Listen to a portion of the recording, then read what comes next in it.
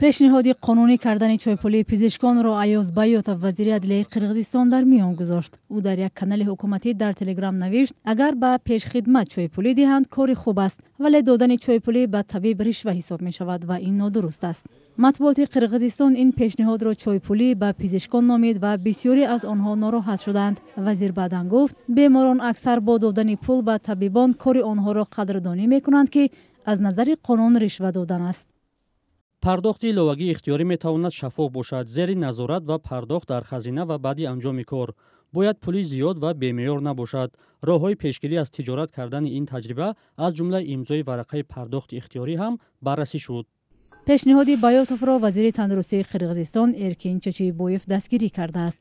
با باوری وی پرداخت‌های غیر رسمی و یا همان چایپولی برای قدردانی کار پزشک همیشه بود و خواهد ماند. اما با گفته وزیر این قدردانی باید رسمی ثبت شود و نه اینکه آهسته به جیب طبیب اندازند.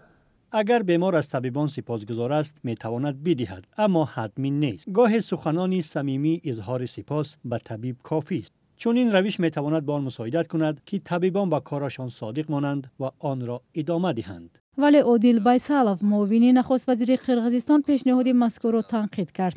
او گفت که وزیران اندیشه های خصوصی خود را گفتند و آن موقع تمام دیوان وزیران نیست. مقایسه چایپولی به پیشخدمت برای تمام طبیبان تحقیرآمیز محسوب می شود. تلاش برای قانونی کردن این کار از گذشته آمده است. ما نباید از پس قانونی کردن یک رسمی بدی آسیایی باشیم، بلکه باید هدفمندانه کشور اجتماعی بسازیم و طب خود را به سمت بلندترین معیارهای اخلاقی روانه سازیم. پیشنهاد قانونی کردن چایپولی پزشکان به بسیاری از آنها خوش نآمده است. آنها گفتند که طب کاری نیست که فقط برای پول انجام می شود. دیگری گفتند که با چنین پیشنهاد طبیبان را تحقیر کردند که گویا در شفاخانه به پول کسی را معالجه نمی کنند. ولادیمیر پاک پزشک گوش و گلو بینی 11 سال باز در شفاخانه های دولتی کار کرده است. او میگوید هر وقت اگر خواستند چایپولی را رشوه میگویند و اگر این پیشنهاد قبول شود طبیبان هم می توانند از آن سوء استفاده کنند.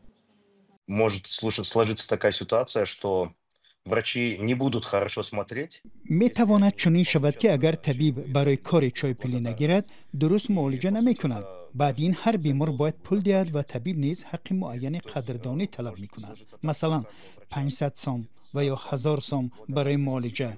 اگر بیمار این پول را ندهد معالجه درست صورت نمی گیرد. Если пациент не оплатит ему, то врач может не так качественно оказывать помощь. همه این بحث ها به این خلاصه رسیدند که در قرغیزستان باید مزد کار پزشکان را زیاد کرد، اما از بودجه دولت نه از جیب بیمار. این زمان مزد میانه طبیبان در شفاخانه های دولتی قرغیزستان تقریبا $260 است.